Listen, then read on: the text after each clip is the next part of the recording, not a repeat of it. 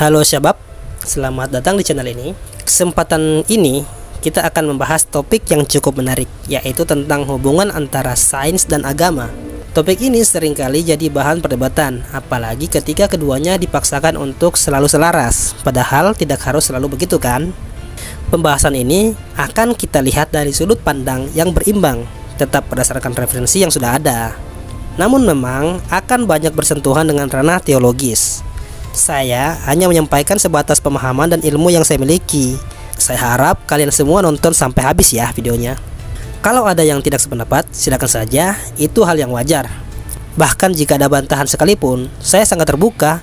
Karena dari perbedaan pandangan itulah kita bisa belajar lebih banyak dan memperkaya cara kita dalam bernalar. Semakin luas ilmu yang kita pelajari, semakin kuat pula kemampuan berpikir kita.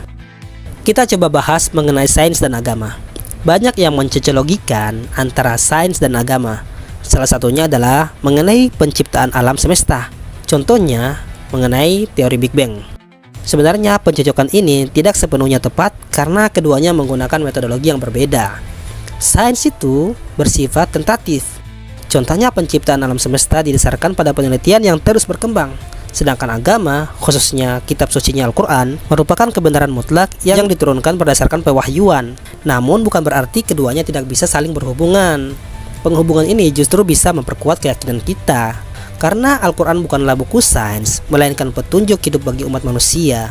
Jika dua ilmu ini dipaksakan untuk disatukan dalam satu keilmuan, maka justru bisa menimbulkan kekacauan berpikir dan berkesimpulan yang salah. Karena metode pembuktian keduanya berbeda. Al-Quran memiliki metode pembuktian ilmiah tersendiri yang berbeda dengan metode ilmiah dalam sains. Sains itu bersifat objektif terhadap suatu yang tampak dan bisa diukur. Sedangkan Al-Quran bersifat rasional dan objektivitasnya terdapat dalam kitabnya sendiri, serta penjelasan atasnya didapatkan melalui tafsir. Tafsir pun bisa berubah-ubah sesuai dengan zamannya. Kita tidak bisa memaksakan sains dan Al-Quran itu sama, atau bahwa sains itu ada dalam Al-Quran. Meskipun ada beberapa tanda-tanda dalam Al-Quran yang bisa dijelaskan dengan pendekatan ilmiah terhadap fenomena alam. Contohnya adalah ayat mengenai dua lautan yang mengalir dan kemudian bertemu. Dalam hal ini, sains berperan dalam menjelaskan fenomena tersebut secara ilmiah. Bagaimanapun hasil penjelasannya, apakah sesuai atau tidak dengan Al-Quran, maka kebenaran sains tetaplah bersifat objektif menurut kerangka ilmiahnya. Contoh lain, teori Big Bang tadi. Jika kita memaksakan bahwa teori Big Bang sudah disebutkan dalam Al-Quran, maka bisa berisiko menyesatkan. Karena bagaimana jika suatu saat nanti ada penemuan baru yang membantah tentang teori Big Bang? Apakah kita akan menolak penemuan ilmiah tersebut hanya karena sudah terlanjur mengklaim bahwa Big Bang sudah dijelaskan dalam Al-Quran? Bukankah ini cacat logika? Karena sains adalah kebenaran tentatif yang hanya benar menurut sains itu sendiri dan bersifat universal, tidak terikat pada agama tertentu. Jika suatu teori benar, maka akan diterima. Jika salah, maka akan dikoreksi. Itulah cara kerja sains. Sedangkan Al-Quran adalah kebenaran mutlak berdasarkan wahyu. Jika ada perubahan dalam teori-teori sains, bukan berarti Al-Quran menjadi salah. Karena Al-Quran bukanlah kitab sains dan tidak perlu dipaksakan bahwa isinya adalah sains. Cukup jadikan sains sebagai penimbang terhadap fenomena alam. Al-Quran adalah kebenaran mutlak yang tidak berubah hingga akhir zaman. Yang bisa berubah adalah tafsirnya, mengikuti perkembangan zaman. Jadi, sains dan Al-Quran sebenarnya tidak bisa dicocok logikan, tetapi tetap bisa dihubungkan. Sains adalah ilmu pengetahuan yang bersifat objektif berdasarkan metodologi penelitian terhadap objek-objek yang tampak dan dapat diukur, baik dari segi bentuk, massa, energi, dan sebagainya. Sains bersifat tentatif, sedangkan Al-Quran adalah wahyu yang bersifat mutlak dan tidak berubah. Di era modern, memang banyak upaya mencocoklogikan sains dan agama, terutama Al-Quran. Misalnya seperti tadi, teori Big Bang yang dipaksakan ada dalam Al-Quran. Dalam sisi Al-Quran, penjelasan seperti langit dan bumi dulunya satu kemudian dipisahkan adalah sebagai tanda bagi orang yang beriman. Namun ayat tersebut tidak bersifat universal seperti teori ilmiah. Dalam hal ini sains. Ayat ini adalah bentuk petunjuk dari Allah bahwa langit dan bumi pernah bersatu dan kemudian dipisahkan sesuai dengan hikmah yang Dia tetapkan. Bagaimanapun teorinya nanti dijelaskan dalam teori sains, itu tidak merubah hikmah dalam Al-Quran. Para sahabat dahulu menerima ayat ini dalam keimanan tanpa menafsirkannya seperti apa. atau seperti Big Bang misalnya atau yang lainnya. Wajar, dulu kan belum ada sains. Jika sekarang ayat tersebut dimaksudkan untuk menjelaskan Big Bang, maka kita harus berhati-hati karena ayat itu belum tentu menunjukkan bahwa peristiwa Big Bang. Namun bukan berarti kita harus menolak teori Big Bang hanya karena tidak identik dengan konsep dalam ayat Al-Quran. Big Bang adalah teori ilmiah yang saat ini diterima keberadaannya secara sains. Dan karena sains bersifat universal, perbedaan dengan Al-Quran tidak serta-merta membuat Al-Quran salah. Bagaimana jika suatu saat teori Big Bang dibantah oleh teori yang lebih kuat? Apakah itu menjadikan Al-Quran juga ikut dibantah? Tentu tidak. Oleh karena itu, perlu dipahami bahwa sains dan Al-Quran memiliki pandangan dan metodologi kebenaran yang berbeda. Sains bersifat tentatif dan dapat berubah-ubah, sedangkan Al-Quran bersifat tetap dan mutlak.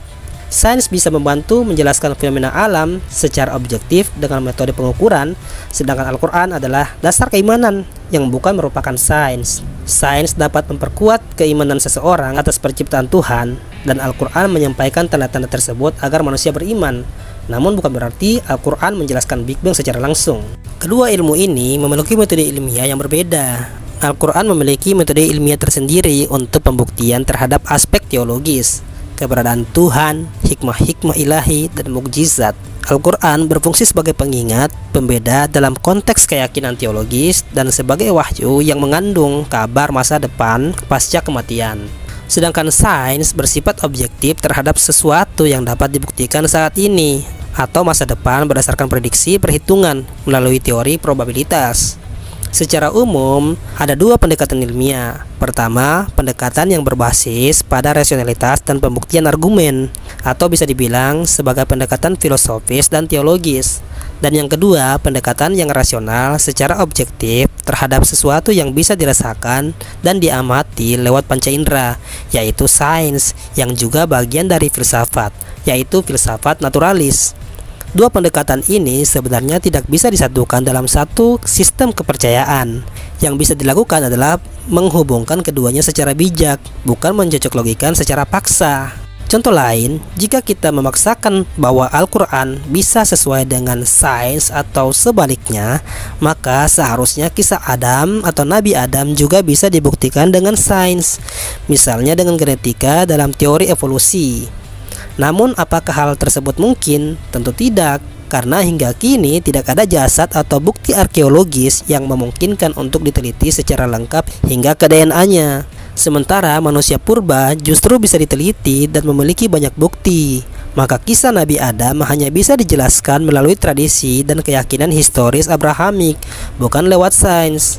Ada banyak penjelasan atau tafsir bahwa Nabi Adam juga mengalami distorsi sejarah. Misalnya dalam buku berbahasa Indonesia yang berjudul Nabi-Nabi Sumeria, karya Dr. Khaz'al Al-Majidi, seorang ahli sejarah agama dan peradaban dari Irak, di mana dalam judul asli bukunya Anbiya Sumariyun Kaifa Tahawalu Asratu Muluk Samariyin ila Asrati Anbiya Tauratiyin. Dalam buku tersebut dijelaskan bahwa Adam atau Nabi Adam sering muncul dalam berbagai bentuk dan nama di peradaban kuno, khususnya di Mesopotamia, Sumeria, Akkadia, dan Babilonia. Nama-nama yang dikenal saat itu seperti Adamu dalam teks Akkadia dan Adapa dalam kisah Sumeria kuno sekitar 3000 sampai 2000 sebelum Masehi.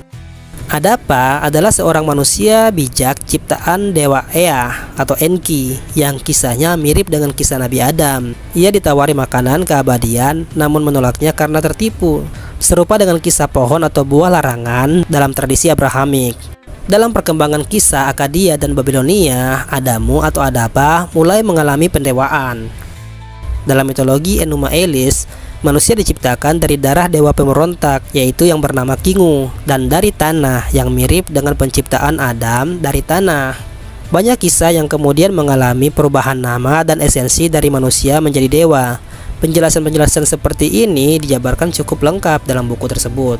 Silahkan jika penasaran, beli saja bukunya ya dan baca langsung. Nah, jika kita menilik lebih jauh berdasarkan sejarah dan kajian arkeologi, ada kemungkinan bahwa Adam dalam tradisi Abrahamik merupakan representasi dari manusia modern pertama yang diciptakan dalam keadaan sempurna. Namun, hal ini tidak serta-merta menegasikan keberadaan manusia lain yang hidup pada masa tersebut. Sejumlah penelitian menunjukkan bahwa Homo sapiens telah hidup sejak ratusan ribu hingga jutaan tahun yang lalu dengan nenek moyang seperti Australopithecus, makhluk humanoid purba yang otaknya belum sekompleks manusia modern, yang fosil terkenalnya dikenal sebagai Lucy. Perkembangan manusia dimulai dari Afrika dan berevolusi melalui berbagai tahap hingga mencapai zaman Paleotikum sekitar 4000 sampai 10.000 sebelum Masehi dan Neolitikum sekitar 10.000 sampai 2000 sebelum Masehi, masa di mana manusia dianggap telah menjadi Homo sapiens sepenuhnya. Pada masa ini pula manusia telah bermigrasi ke berbagai penjuru dunia dan mulai berkomunikasi menggunakan bahasa isyarat, ekspresi wajah dan ucapan yang masih terbatas. Hal ini tentu berbeda dengan penggambaran Adam dalam teologi Abrahamik yang dikenal sebagai manusia pertama yang sempurna secara fisik dan spiritual, serta mampu berkomunikasi dengan baik sejak awal penciptaannya. Dalam Al-Quran disebutkan bahwa Tuhan berkehendak menciptakan seorang khalifah atau pemimpin di bumi. Dalam perspektif Islam, makhluk ini diciptakan dalam kondisi sempurna, saking sempurnanya hingga para malaikat diperintahkan untuk bersujud kepadanya. Sementara iblis menolak perintah tersebut dan makhluk itu adalah Adam. Di sisi lain, temuan arkeologi memperlihatkan bahwa manusia mengalami proses evolusi biologis dan kognitif secara bertahap, bukan seketika dalam keadaan sempurna. Tidak ada kepastian periode historis di mana peristiwa penurunan Adam terjadi, apakah pada era Paleotikum atau Neolitikum. Namun yang pasti dalam tradisi keagamaan, kisah tersebut diyakini sebagai bagian penting dari asal-usul manusia. Beberapa peneliti dalam kajian komparatif menyebut adanya kemiripan naratif antara kisah Adam dan mitologi Sumeria kuno, meskipun narasi tersebut tentu telah mengalami banyak perubahan atau distorsi dalam sejarahnya.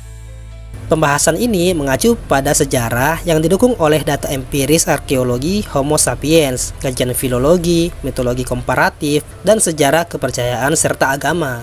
Contohnya adalah Adapa atau Adamu dalam teks Akkadia abad ke-18 sebelum Masehi yang disebut sebagai manusia pertama ciptaan Dewa Ea, dengan narasi yang mirip dengan kisah larangan memakan makanan keabadian dalam kitab Kejadian. Ini menunjukkan kemungkinan adanya pengaruh lintas budaya yang didukung oleh arkeologi budaya mengenai keyakinan zaman itu.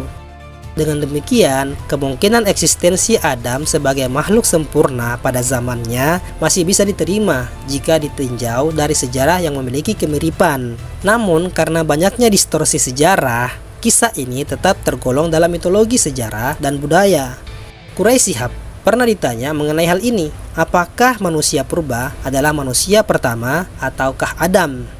Ia menjawab bahwa yang pasti sebelum Nabi Adam atau Adam diciptakan dari tanah dalam keadaan sempurna, sudah ada makhluk lain yang menghuni bumi. Tuhan tidak menjelaskan secara rinci siapa atau seperti apa makhluk tersebut. Bisa jadi Adam adalah manusia modern sempurna yang diciptakan belakangan, dan manusia purba sudah hidup lebih dulu.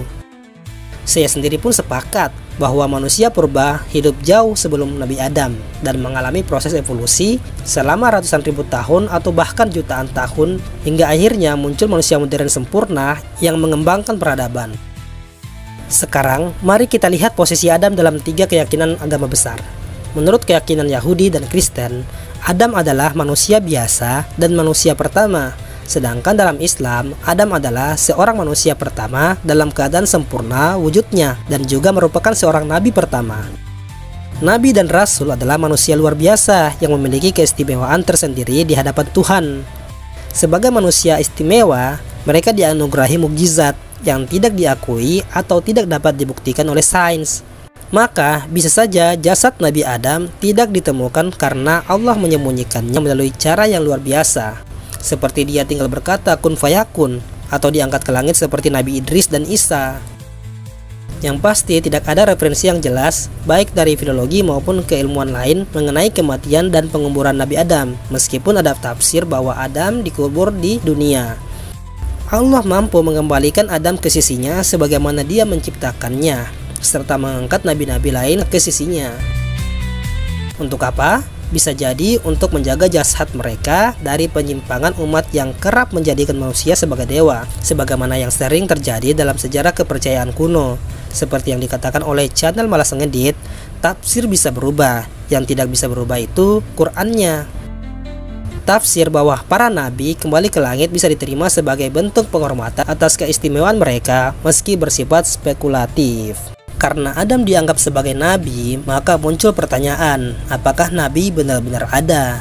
Dan apakah kisah para nabi dapat diterima secara ilmiah? Jika ditelusuri melalui keilmuan filologi berdasarkan manuskrip dan inskripsi kuno, kisah nabi-nabi memang tercatat di zamannya masing-masing. Salah satunya adalah penemuan manuskrip Laut Mati atau Dead Sea Scroll di Qumran antara tahun 1947 sampai 1956 yang diperkirakan berasal dari tahun 250 sebelum Masehi. Naskah ini memuat kisah-kisah nabi terdahulu termasuk Adam. Walaupun isi naskah masih diperdebatkan, kehadirannya menjadi validasi keberadaan tokoh-tokoh tersebut. Manuskrip kuno lainnya seperti Nas Papyrus 1898 dan Prasasti Mesa 1868 memberikan konteks sejarah tentang keberadaan kerajaan-kerajaan di masa para nabi. Nas Papyrus memuat teks 10 perintah Tuhan, sedangkan Prasasti Mesa mencatat konflik antara Israel dan Moab, serta menyebut nama nabi seperti Omri dan Bet David yang merujuk pada kerajaan Daud atau disebut Nabi Daud dalam Islam. Selain itu, prasasti Teldan abad ke-9 sebelum Masehi ditemukan tahun 1993 sampai 1994 dan berbahasa Aram menyebut secara eksplisit bait David sebagai referensi tertulis pertama dan tertua di luar Alkitab Yahudi dan Kristen yang menyebut Daud sebagai pendiri dinasti atau kerajaan. Fakta ini membuktikan bahwa Daud adalah tokoh sejarah nyata, bukan mitologis. Jika bukti kenabian tokoh-tokoh seperti Daud dapat divalidasi, maka ketiadaan bukti serupa untuk Nabi Adam tidak serta-merta membuktikan bahwa ia tidak pernah ada. Keberadaan Nabi Adam tetap sahih dalam konteks wahyu dan tradisi agama, meskipun tidak dapat dibuktikan secara arkeologis atau filologis seperti nabi-nabi lainnya. Sama seperti banyak tokoh sejarah lainnya yang hanya diketahui melalui sumber keagamaan atau tradisi lisan, Nabi Adam bisa jadi memang ada dan perannya sebagai nabi dalam bagian penting dari struktur teologis agama-agama samawi. Keberadaannya mungkin tidak bisa dijelaskan secara ilmiah, tapi bisa diterima dalam kerangka keyakinan dan spiritualitas. Dalam konteks inilah, iman dan ilmu tidak selalu harus dipertentangkan, melainkan bisa berjalan beriringan untuk memberikan pemahaman yang lebih utuh tentang asal-usul manusia dan peran penting para nabi dalam sejarah umat manusia. Sekarang kita masuk ke bagian kesimpulan dari pembahasan ini. Dari semua yang sudah kita bahas, terlihat bahwa ada dua pendekatan besar dalam memahami asal-usul manusia dan kisah para nabi. Yang satu melalui sains dan akal rasional, dan yang satu lagi melalui wahyu serta keyakinan agama. Dalam ranah filsafat, pendekatan ini juga dikenal sebagai dua cabang. Yang pertama, filsafat teologis yang berlandaskan pada iman dan wahyu, dan filsafat naturalis yang berpijak pada logika, bukti, serta pengamatan terhadap alam. Sains bekerja berdasarkan apa yang dapat diuji dan dibuktikan, sementara iman berdiri di atas kepercayaan dan nilai-nilai spiritual. Keduanya tidak harus saling bertentangan, karena masing-masing memiliki peran penting dalam memahami kehidupan dan asal-usul manusia. Kisah Nabi Adam misalnya tidak bisa dijelaskan sepenuhnya melalui sudut pandang sains atau filsafat naturalis, karena kisah ini berada dalam ranah keimanan. Namun dalam filsafat agama dan teologis, kisah tersebut memiliki makna yang sangat mendalam, di mana Adam digambarkan sebagai manusia pertama yang diciptakan dalam keadaan kesempurnaan dan diberikan tugas mulia sebagai khalifah di bumi, yaitu sebagai nabi. Menariknya, sejarah dan mitologi kuno seperti kisah Adapa dari Sumeria menunjukkan adanya kemiripan dengan kisah Adam. Ini bisa menjadi indikasi adanya pengaruh lintas budaya yang terekam dalam narasi-narasi kuno. Namun setiap tradisi tetap memiliki cara khas dalam memaknai tokoh-tokoh mereka. Hal ini menjadi bahan refleksi penting dalam kajian sejarah, filsafat agama, dan budaya. Beberapa nabi seperti Nabi Daud memang sudah memiliki bukti arkeologis dan filologis yang cukup kuat. Sementara itu, Nabi Adam masih berada dalam wilayah keyakinan. Tapi bukan berarti kisahnya kehilangan makna. Justru karena berada di luar jangkauan pembuktian ilmiah, posisi Nabi Adam sebagai manusia pilihan menjadi semakin istimewa dalam pandangan teologis. Pada akhirnya, iman dan ilmu, filsafat teologis dan naturalis tidak perlu dipertentangkan. Justru keduanya bisa berjalan beriringan untuk saling melengkapi dalam usaha memahami siapa diri kita, dari mana kita berasal, dan kemana kita akan kembali. Sampai jumpa di video berikutnya.